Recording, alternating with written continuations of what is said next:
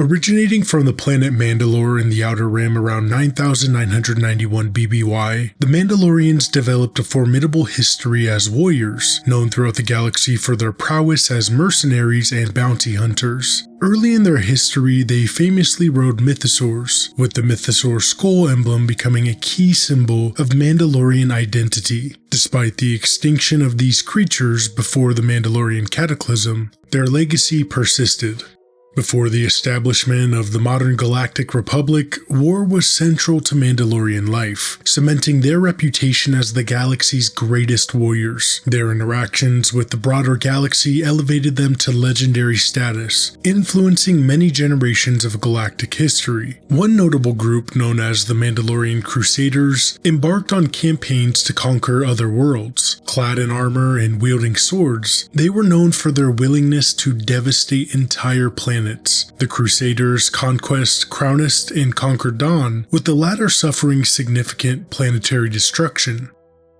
During the Old Republic era, Mandalorian rally masters distinguished by their red armor led these expansion efforts. The Crusaders eventually reached the Inner Rim, where they annihilated Ubduria, driven by their disdain for the native Ubdurians, whom they saw as cowards. In ancient times, the Mandalorian Neo-Crusaders emerged, and according to Kel drama epics, at one point the Mandalorian Crusaders served under the fallen Jedi Knight Ulic Kel drama, launching their assaults from the Iron Citadel on Empress Teta while riding Basilisk war droids. Throughout Mandalorian history, a united Mandalore proved invincible against external threats. However, internal division and infighting repeatedly led to their downfall. Despite their martial strength and legendary status, it was the lack of unity that ultimately undermined the Mandalorians, highlighting a recurring theme in their storied past. Now, the Mandalorian Crusaders eventually butted heads with the Jedi Order and the Republic. Legend has it that Mandalore the Great, the mighty Mandalore, was deeply involved in these epic showdowns. Their first encounters with Jedi were a shock. The Force and its mysterious powers were unlike anything the Mandalorians had faced before, but their fierce pride wouldn't let them stay outmatched for long. Determined to level the playing field, they pushed the boundaries of their technology, enhancing their weaponry and crafting their iconic armor. They even developed a unique combat style to counter the Jedi's supernatural abilities. Armed with these advancements, the Mandalorians began to turn the tide, earning a reputation for being capable of taking on Jedi Knights. This multi-generational conflict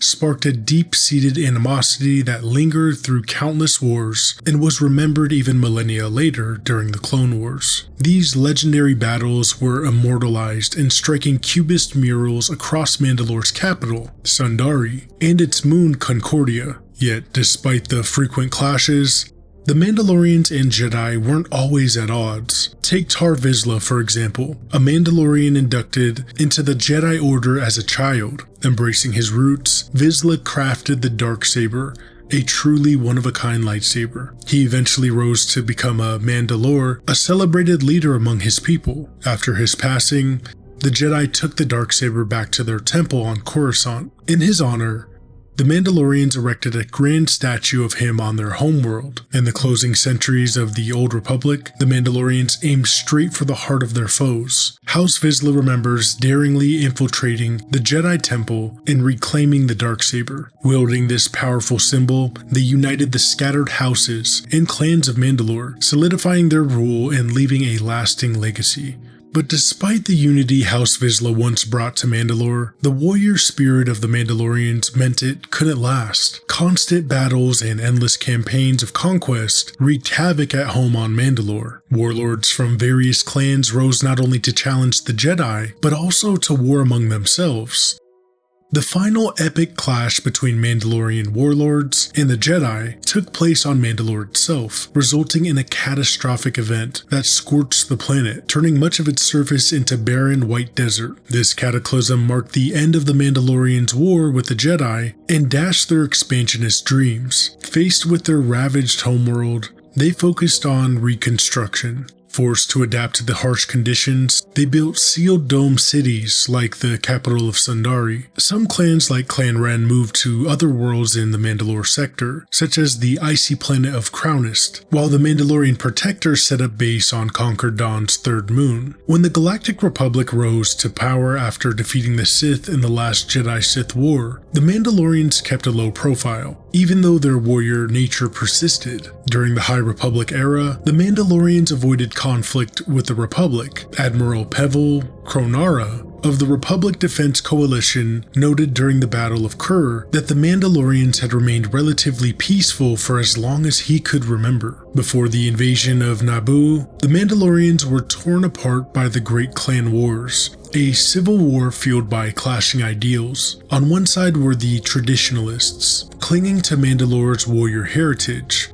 On the other were the New Mandalorians, led by Duchess Satine Kryze, who championed pacifism. The Mandalorian Protectors of Concord Dawn, elite warriors sworn to defend their system, were also involved. By the war's end, Satine emerged as the Duchess of Mandalore, exiling the warrior clans to Concordia.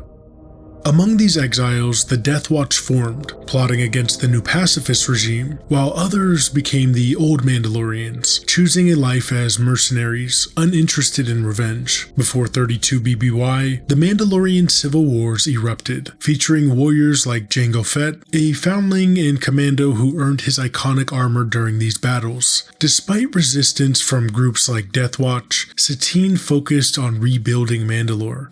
Scarred by war, the heavy toll of violence fueled her deep hatred for it, solidifying her commitment to pacifism and reforming Mandalorian society. Satine established a Mandalorian government council led by a prime minister, with Almec holding the position during the Clone Wars. Under her leadership, Mandalore thrived, transforming into a modern, peaceful society, eventually joining the Galactic Republic. In the waning years of the Republic, Jango Fett stood as the galaxy's top bounty hunter. His prowess caught the eye of the Sith, who recruited him as a template for the Grand Army of the Republic on Kamino. Accepting the offer, Jango Fett provided his genetic material, leading to the creation of genetically altered clone troopers. Among these were two unaltered clones, Omega and Alpha. Jango took Alpha as his son, naming him Boba Fett, and passed on the family trade.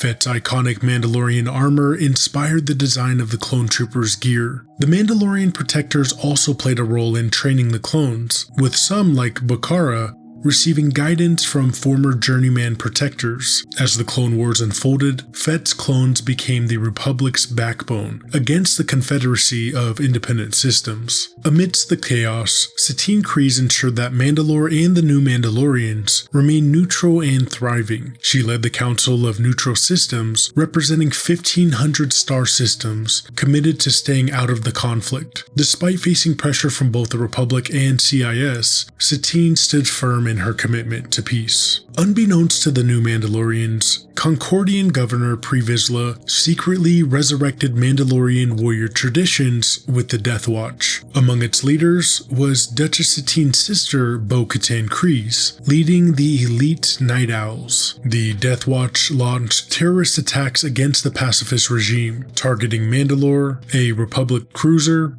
and Kalevala, a Mandalorian colonized world. Vizsla aimed to revive Mandalorian warrior heritage and conspired with Count Dooku, hoping the Republic would intervene. He planned to fight them off and be celebrated as heroes, but the scheme backfired when the Galactic Senate rejected the Mandalore Defense Resolution. Forced into exile, Death Watch became mercenaries, setting up base on Karlak. They sought revenge, first allying with Separatist Senator Lux Bonteri against Dooku, then joining forces with the rogue Sith Lord Maul's Shadow Collective to reclaim Mandalorian support. However, when Vizsla betrayed Maul killed him and took over Death Watch, prompting Bo-Katan to rebel and form the Mandalore Resistance. Jedi Master Obi-Wan Kenobi investigated the coup but was captured, and Maul killed Satine to torment him. Kenobi managed to escape and alerted the Galactic Republic. Meanwhile, Supreme Chancellor Palpatine, secretly Darth Sidious, captured Maul and imprisoned him on Stygian Prime. Despite this, Maul's loyal Mandalorian super commandos freed him. Satine's death became a rallying cry, uniting many Mandalorians to overthrow Maul and reclaim Mandalore. After the siege of Mandalore, Bo-Katan was appointed regent, causing Maul's influence to crumble. However, she was later ousted by Clan Saxon for refusing to align with Emperor Palpatine, leading to Mandalore's occupation by the Galactic Empire. Meanwhile, the Protectors, viewing Death Watch as traitors, supported the Republic by training clone troopers and aiding in battles. Skull Squadron, led by Fen Rao, played a crucial role by training clone pilots and participating in the Third Battle of Megiddo. After the Empire occupied Mandalore, Rao's protectors set up base on Concord Dawn's third moon, working for the Empire to safeguard the system. Meanwhile, other Mandalorians fell under Gar Saxon's leadership, joining the Imperial military as Imperial Super Commandos. Appointed Viceroy of Mandalore, Saxon enforced the Empire's rule with his fellow commandos, including his brother, Tibur Saxon. During this time, the Quarren criminal Alani hired a group of Mandalorians as mercenaries. Boba Fett, the clone son of Jango Fett, continued his father's legacy, earning fame as the galaxy's top bounty hunter in his distinctive Mandalorian armor. Although defeated by the heroes of Yavin and falling into the Great Pit of Carkoon, Fett survived. Sabine Wren from Clan Wren worked as the bounty hunter with Ketsu Ono before joining the Spectres, a rebel cell on Lothal. This group frequently raided Imperial supplies to aid those in need and eventually joined the larger alliance to restore the Republic. Over time, the alliance formed alliances with several Mandalorian clans in their struggle against the Empire. Ketsu continued her bounty hunting, aligning with the Black Sun crime syndicate. In 2 BBY, Gar Saxon and his Imperial Super Commandos annihilated the Mandalorian protectors, prompting Fen Rao to join the rebellion. Later, Sabine Wren discovered the Darksaber on Dathomir after a battle with Maul. Encouraged by Rao and rebel leaders Hera Syndulla and Kanan Jarrus, Sabine began training with the Darksaber to unite her people and rally them to rebellion's cause. After her training, Sabine, Rao, Jarrus, and Ezra Bridger returned to Crownus to persuade Clan Wren, led by Sabine's mother, Countess Ursa Wren, to join the fight. Initially, Ursa planned to hand over the Jedi to Viceroy Saxon in exchange for the Darksaber and her daughter's safety. When Saxon betrayed them, Ursa and her son Tristan fought alongside Rao and the Jedi. Sabine reclaimed the Darksaber after battling Saxon, who was killed by Ursa when he attempted to shoot Sabine, creating a power vacuum among the Mandalorians. Sabine chose to stay and help find Mandalore's true leader. Soon after, Ezra returned to Crownest, seeking aid against Grand Admiral Thrawn's assault on Atollon. Despite their struggle with Clan Saxon, Ursa allowed Sabine, Tristan, and Rao to lead Mandalorian volunteers back to Atollon. They destroyed the vessel, enabling the rebels to escape before returning to Crownest. In 1 BBY, Clan Wren, led by Ursa and Sabine, fought against the Empire and Clan Saxon on Mandalore. Sabine and Tristan restored the statue of Tar Vizsla after an Imperial outpost was built on it. Joined by factions like Clan Kryze, Clan Vizsla, and others, they attacked an Imperial prison to rescue Ulrich Wren, though he had been moved. Sabine offered the Darksaber to Bo-Katan Kryze, who initially refused it, feeling unworthy compared to her sister Satine. Together, they attacked a convoy and rescued Ulrich. However, the Empire used the Duchess weapon, killing many warriors. Sabine and Bo-Katan then planned to destroy it by infiltrating Governor Tibur Saxon's Star Destroyer. The combined forces succeeded in their mission. Destroying the weapon in Saxon's ship, Bo-Katan accepted the Darksaber and leadership of the Mandalorian clans, uniting the Vizslas, Wrens, Kryzes, Rooks, Eldars, and Fen Rao. Some, like the Children of the Watch, believed taking the Darksaber as a gift would curse Mandalore. Meanwhile, the Rebel Alliance received aid from old Mandalorians. Bo-Katan Kryze's time as Mandalore was brief. Realizing they couldn't control Mandalore, the Empire initiated the Great Purge, decimating millions. The Night of 1,000 Tears saw Mandalore heavily bombed. Meanwhile, the Children of the Watch survived by staying hidden on Concordia. With her forces devastated, Kryze was forced into ceasefire talks by the Imperial Security Bureau, believing surrender was the only way to save her people. Despite her mistrust, she met with ISB officer Gideon, surrendering the Darksaber and agreeing to disarm him in exchange for peace. However, Gideon betrayed her, continuing the purge and nearly annihilating the Mandalorians.